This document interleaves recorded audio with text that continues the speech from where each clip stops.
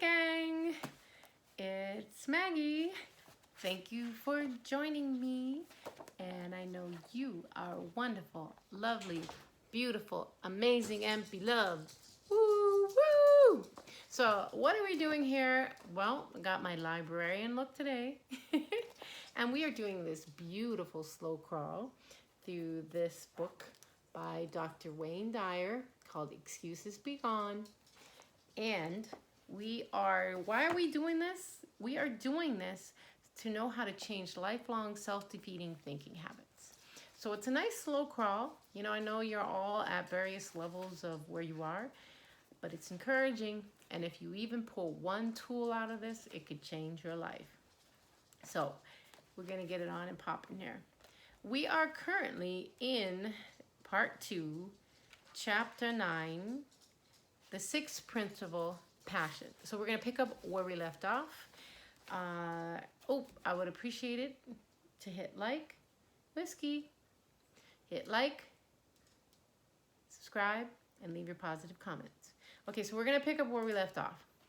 Activating passion in your life. Comfort and luxury are usually the chief requirements of life for your ego. Its top priorities tend to be accumulation, achievements, and the approval of others.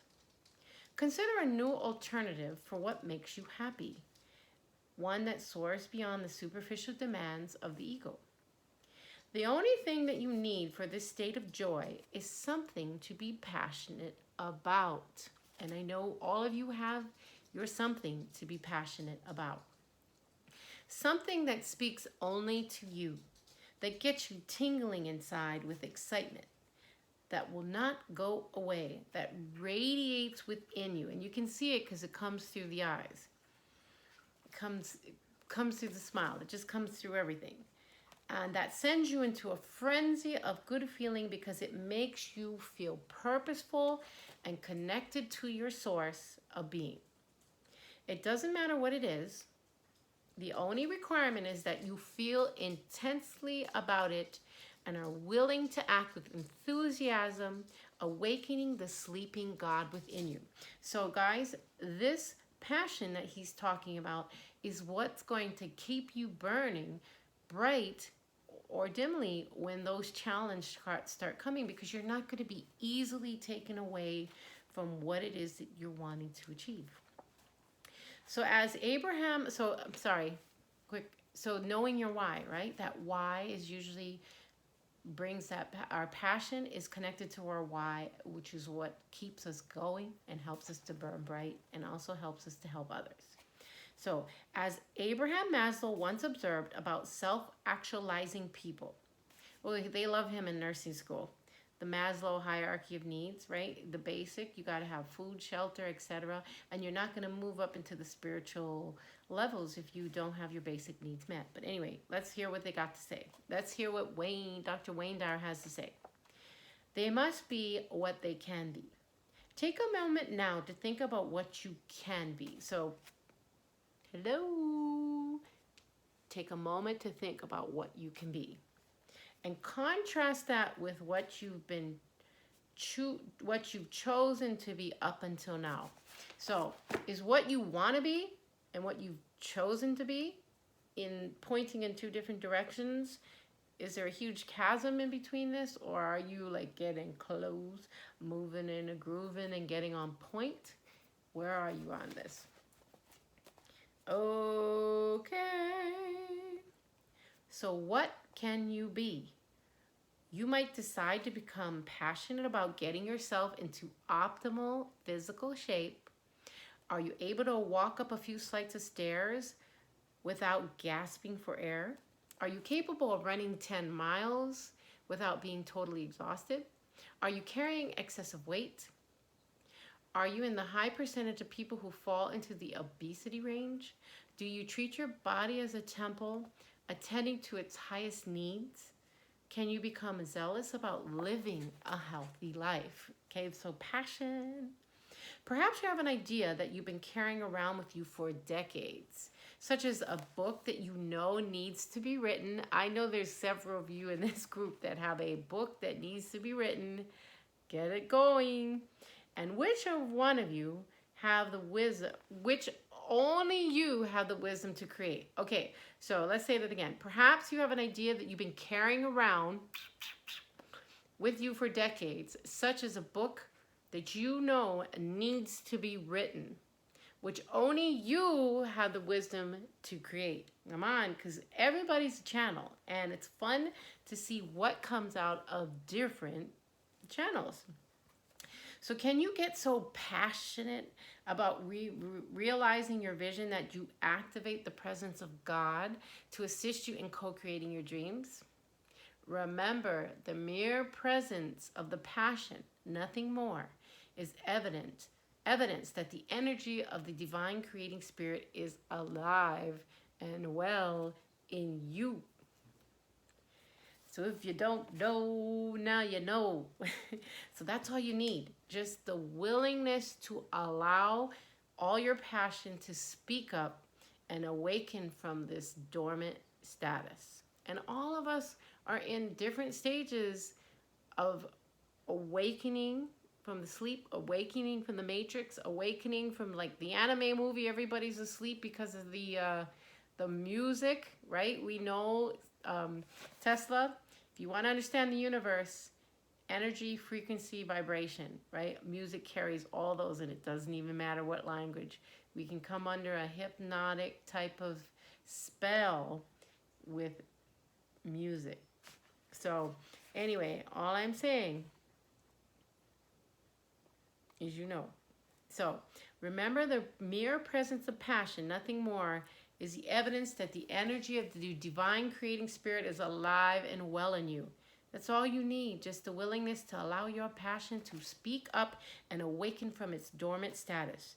You don't have to know how to activate your long-buried enthusiasm or precisely what to focus on. Sometimes you start a YouTube channel and you just practice your skill set till you figure out what your message is and you get your voice. But a lot of you are doing all kinds of things. You're doing fashion. You're getting degrees in school that you're going to rule finance. You are having babies. Whew, amen. You're doing, I mean, we got people learning hula. We've got people learning dance of all kinds around the world. Ballet, so whatever it is. So what you need is the willingness to say yes to signals from within you that the God within you wants to be active. So, whoop, it's going to come from within. It's not going to be like, yes, you got to know you, but you want to get inside because you're not going out, you're going to go in, and the answers are going to come up and out. And then when you're out and about, everyone's us pushed out. So there are mirrors. So again, they help us to see in. So I've always treasured the observation of the famous Greek scholar Nikos Kazantzakis, who is one of my favorite authors. In page after page of his wonderful novel, Zorba the Greek, oh yeah, Kazantzakis details what a truly passionate man looks, sounds, and feels like. And the title character simply lives his bliss and feels the presence of God in every waking moment. Yeah, that's quite a movie. And I've had these words by Kazantzakis,